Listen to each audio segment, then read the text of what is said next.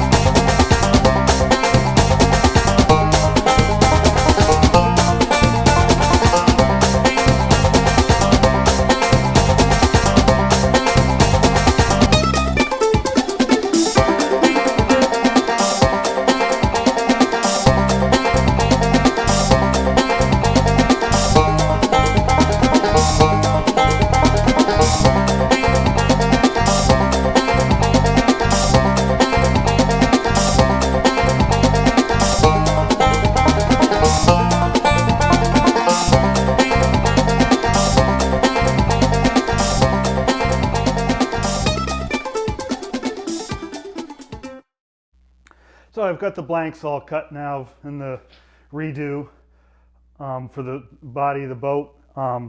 Figure this is a good time to talk about my saw setup. And so here on the infeed side, I'm just using my my saw horses here as infeed tables. The problem with those, stuff doesn't slide on them very well. So what I do is take some wax paper,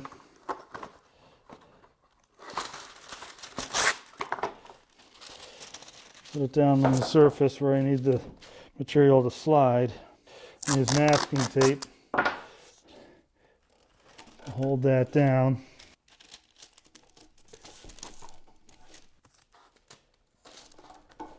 And same at the other end.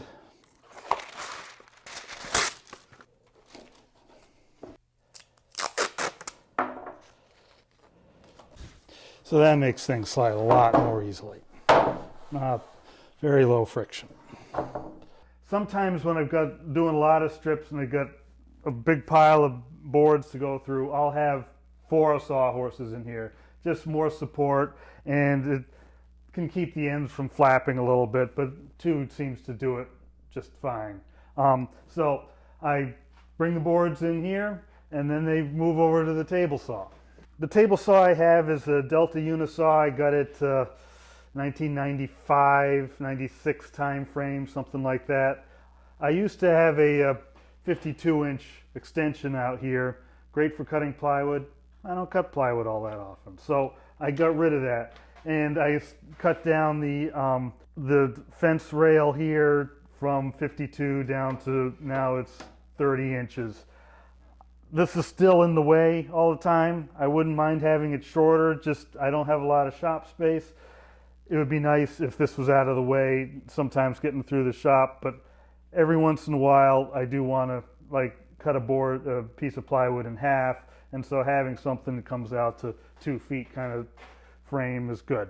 When I had the original table extension, I didn't have this cast iron wing, so I found one on eBay and made it so I had an all cast iron top. Thing I use for the strips is this power stock feeder. The power stock feeder is kind of a luxury. You can cut perfectly good strips without it. Table saw is a risky tool in the shop. people cut their fingers off. You could get a saw stop or something to prevent that. But with the power stock feeder, my hands are never going near the spinning blade, and I feel it's pretty safe, and it also makes for very uniform cuts on the strips. I like the way it just pushes them through at a uniform speed. I can adjust the speed here by swapping out various gears. Right now I have it at fastest speed possible, big gear off the motor, small gear to the wheels, and so that shoots the material through pretty quick. For Western red cedar with a thin kerf blade, it cuts it like butter. I can run at full speed when I'm cutting harder woods, or using a thicker kerf blade that's removing more wood at a time. I'll put the slower gear set on there. I've drilled and tapped several places to mount the base of the power stock feeder. So just drilled into the cast iron and tapped those holes so I can bolt down the foot of the feeder and have a good secure mounting spot. The feeder's a pain when I'm not actually using it. Because this foot is here, I can't slide the fence past that. And so I have a maximum cut of about 2 inches when I have the fence in this configuration. 3 inches, something like that, when I have the fence upright.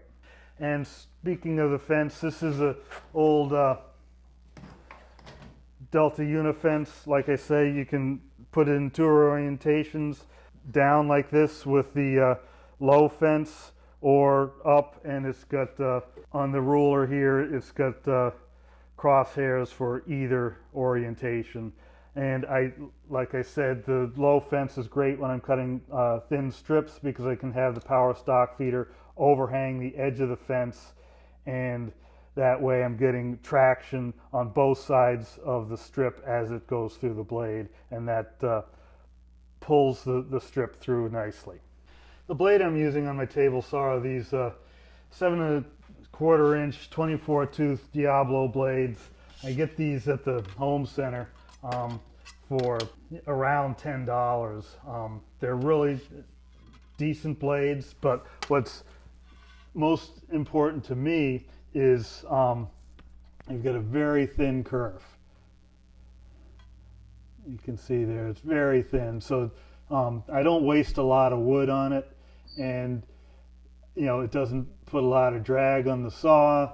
It really works well, and it makes an amazingly clean cut. I'm not that worried about having a super smooth cut. The whole edges, the whole face of the strip eventually is going to get sanded down and planed and faired up. So the surface left by the saw will not be the final surface of the boat, and that it makes a great cut. And so on the saw, I have a 0 tolerance insert. So basically there's no space on either side of the blade. That way the strips don't get jammed down, end up down the slot there. And I also made this little riving knife here out of some carbon fiber, and that helps as the strips go through here.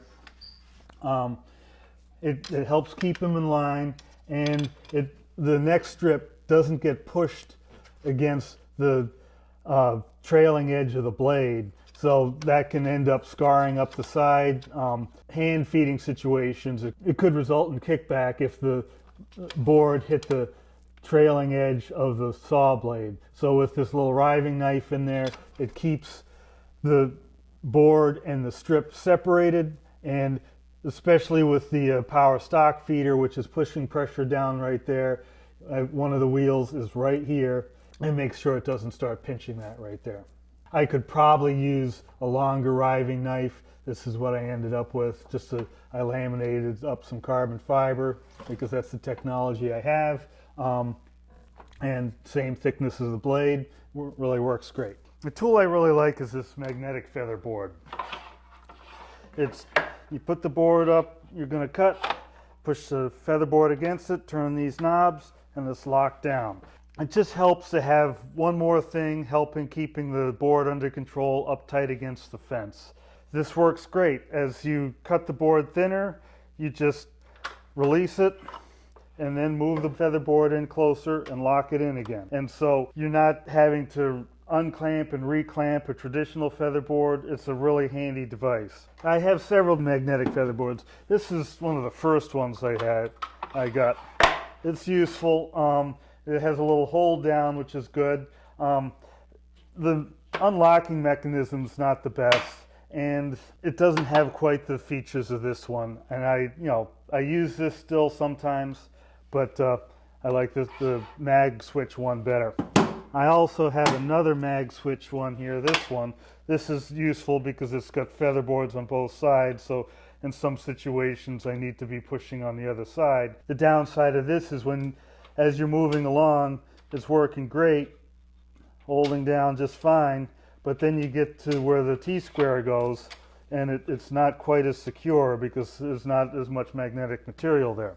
These mag switches are one reason I really appreciate a cast iron table. Some of the newer, easier to move saws have aluminum or some other tabletop, and they work great, but I gotta say these mag switches are really cool. I've got dust collection hooked up. Right now my dust collection is just a movable hose. I was using the plane, move that down to the saw when I need it. And then on the outfeed, I've got a series of tables here. These were IKEA butcher block tabletops on some Home Depot tool cases on wheels. These all roll around. And then I have these little flip top work supports. The skinny strips coming out here, they all want to fall down as gravity pulls them off the edge of the table, and so this gives them a wide place to hit and keeps them up off the table until they're across. And so by having this wide space here, I can set up my strips as I'm cutting them, lay them flat in order, and it keeps everything organized, and I have room at the end for storage of the strips that are cut. And then going further along, you see my dust collector.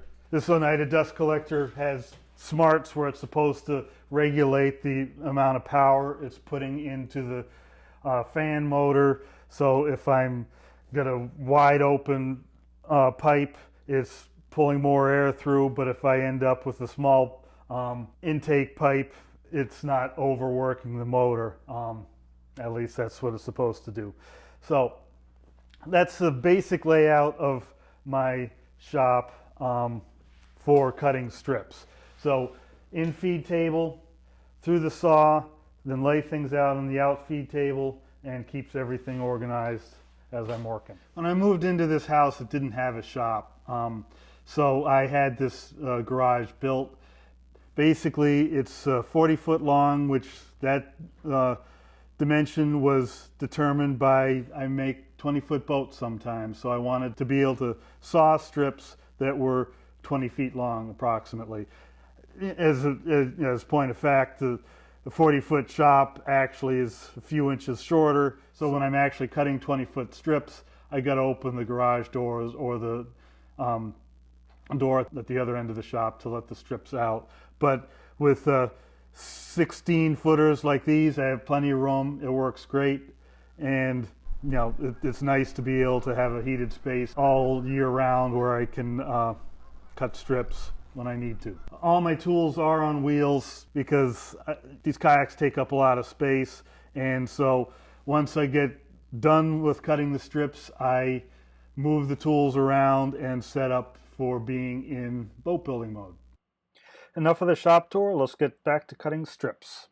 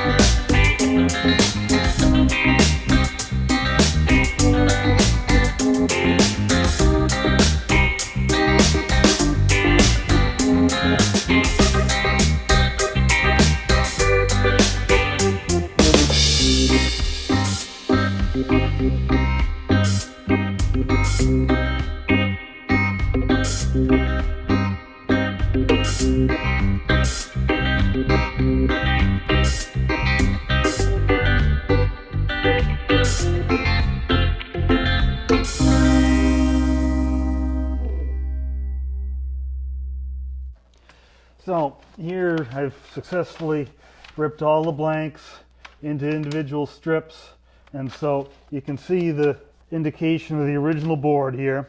So these blanks were 3/4 inch blanks, and then those were ripped into strips. And there's my original guidelines to make sure everything's in order. And it came out pretty well. I think this is going to be nice. I had one mistake where I tried pushing the strip through the saw. The power feed wasn't generating enough power, so I tried pushing and I ended up cracking the strip.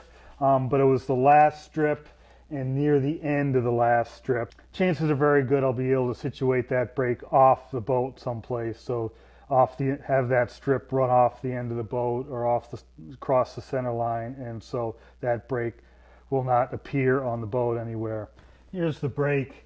I have some tape on it to mark where it is. I also tried super gluing it back together, which as a last resort, if for some reason this strip has to be on the boat, which I can't imagine why that would be, I can very likely just super glue it back together and it would be virtually invisible. We'll see what happens. I don't think it'll be a problem. But I'm happy with how these came out. They look good. I think we've got some nice grain going on here. We've got more than enough strips. So I've got 9.5 inches of width times 6. So that's a lot of surface area that I can cover. Should be in good shape. I should be able to get the whole top side of the boat out of this and have stuff left over, and chances are that brake that I had won't even be on the strip that I use. Now that I have all the material cut, I should be able to just go ahead and start setting up the forms. I've got the forms already cut from a previous build, so it'll just be a matter of stringing them on the strong back, but I'll show you my operations for that, getting everything trued up and nice. Until then, if you're interested in seeing more videos, please hit subscribe. If you like this one, hit like. I'd appreciate it if you share this with your friends so they can see what's going on. And I really appreciate your support on Patreon. So until then, thanks for watching and happy paddling.